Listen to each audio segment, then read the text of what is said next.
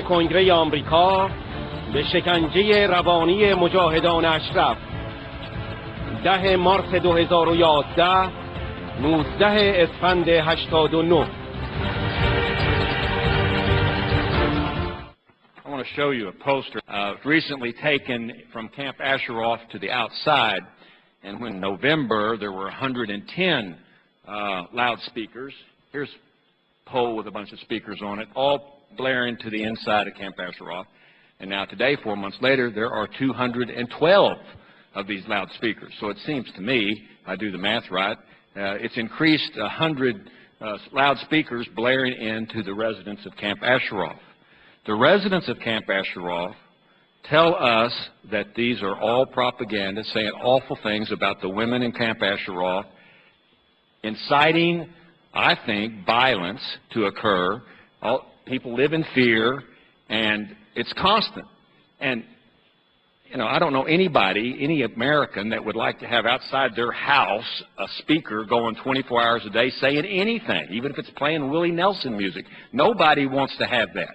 But this is propaganda, and it concerns me because it concerns residents in Camp Ashraf, many of whom are Iranian Americans now who have come to this country. What are we doing besides talking? It just seems to me when all is said and done, more is said than done. So far, nothing we've done has helped to bring these speakers down. All the talk, all the encouragement, and it seems to me if we have this conversation again in 4 months, there are probably going to be a whole lot more speakers.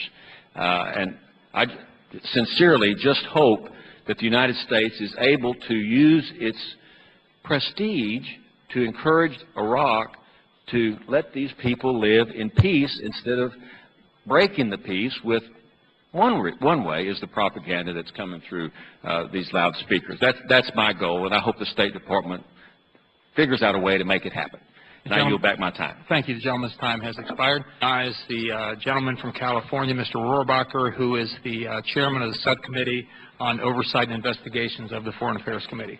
It's very important for us to note here that, and anything that we do that would in any way encourage the Iranian regime would also be contrary to what we are supposedly standing for in the rest of this area, volatile area. I would suggest that we take note of the people here who are drawing our attention to the plight of the people at Camp Ashraf, and let us just note that if for any reason the thousands of people in that camp who are opposition, they're opponents of the Mullah regime in Iran, who are actively engaged in fighting the Mullah regime, that would be a huge disservice to those of us who are trying to say that we are behind the cause of democracy in Iran. You don't have to answer that, but let's just note that there will be a number of congressmen who will be, in the next few months, visiting Camp Ashraf to make sure that we underscore that point. The people who are fighting the Mullah regime are our friends. The people who are struggling for democracy throughout the Middle East, whatever streets they're on right now, if they really want democratic government, they are our friends.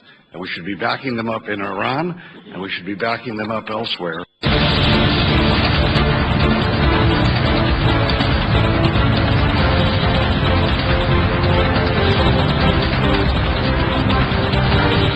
From Camp Ashraf, there are 212 people